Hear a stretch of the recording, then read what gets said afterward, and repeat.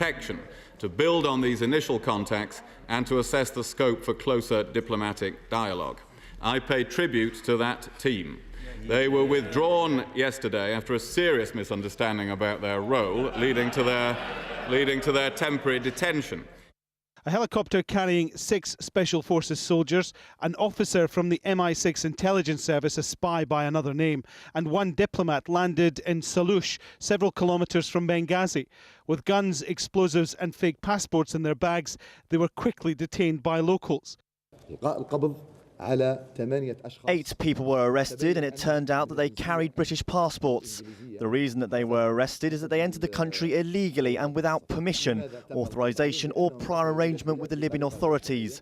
Libya is an independent nation. Therefore, our sovereignty and our borders should be respected by everybody.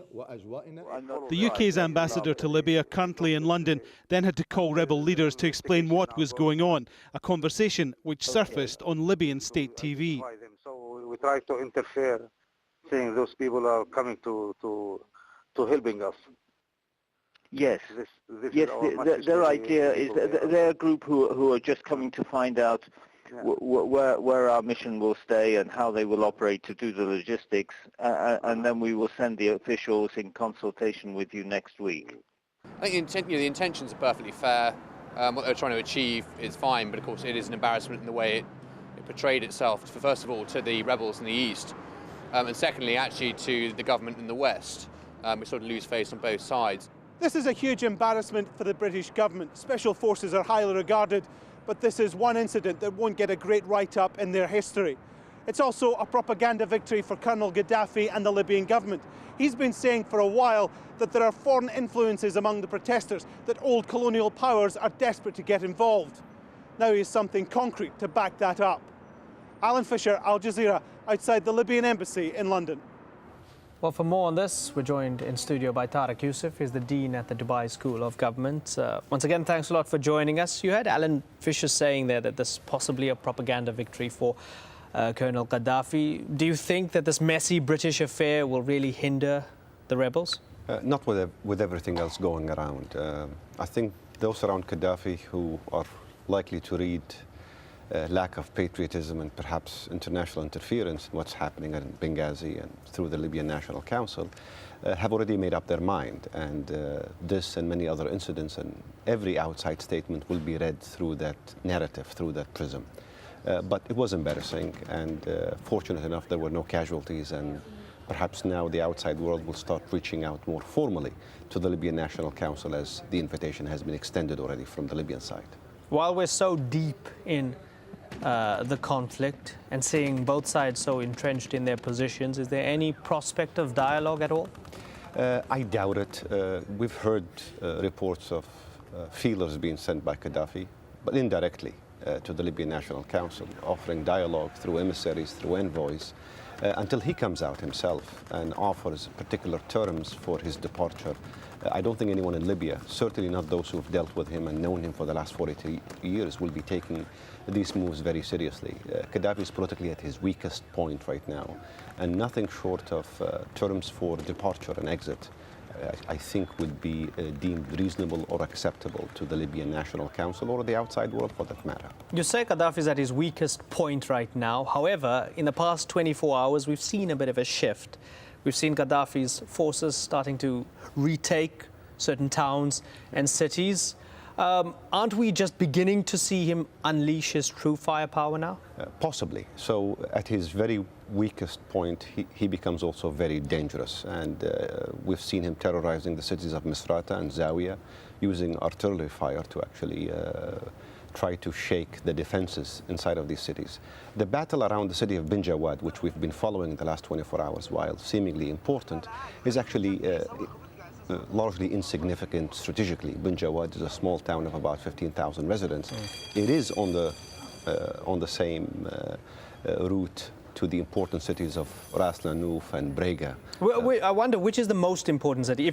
If you take out Tripoli and have it as a given that Gaddafi will maintain his hold on Tripoli, which other town is the most strategic town or city that the rebels need to take in order for the regime to collapse like a house of cards? I would say Sirte is probably because of its political significance. It's the home base, political base and tribal base for Gaddafi himself.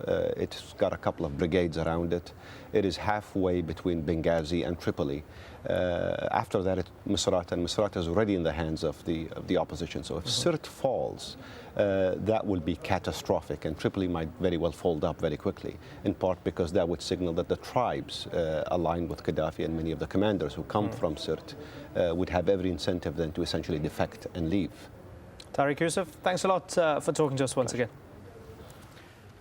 Now, moving on, hundreds of Iraqis have taken to the streets of Baghdad to demonstrate remorse for voting in the country's 2010 elections. They say they regret electing the current members of parliament who have done little to help solve the country's problems. AlJazeera's Rawi Araghi has more. Regretful. Iraqi activists marking 1 year since the country's parliamentary elections. The vote was supposed to usher the country's first ever inclusive government. Instead, it took 9 months to reach a power-sharing deal, and the cabinet still remains without a Minister of Interior or Defense. We asked the politicians, where are all the promises you made before the elections? You said Baghdad will be better than Dubai. We want basic services, electricity and water. We want jobs. We elected them. It's not like we want to bring down the government. Inspired by regional uprisings, Iraqis have been taking to the streets across the country, their demands focusing on widespread corruption and poor services.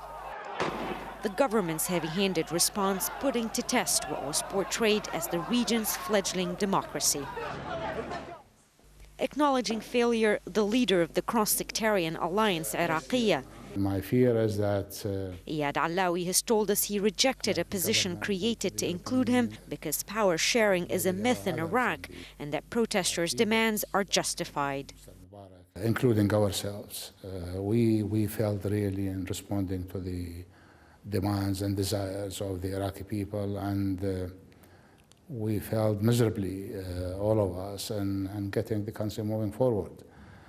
Sectarianism, politicizing religion, unemployment, no services.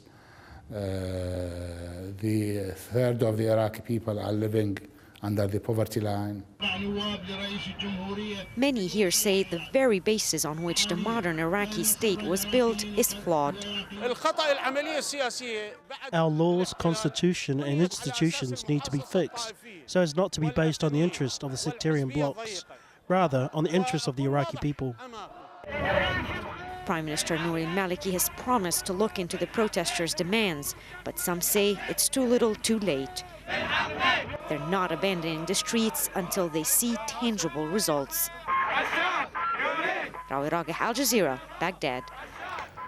Japan's foreign minister has been replaced in disgrace. It's the latest in a series of political scandals that have left many people in Japan disillusioned with their leaders. Steve Chow reports from Tokyo. At the Ogawa rubber mask factory, TV entertainment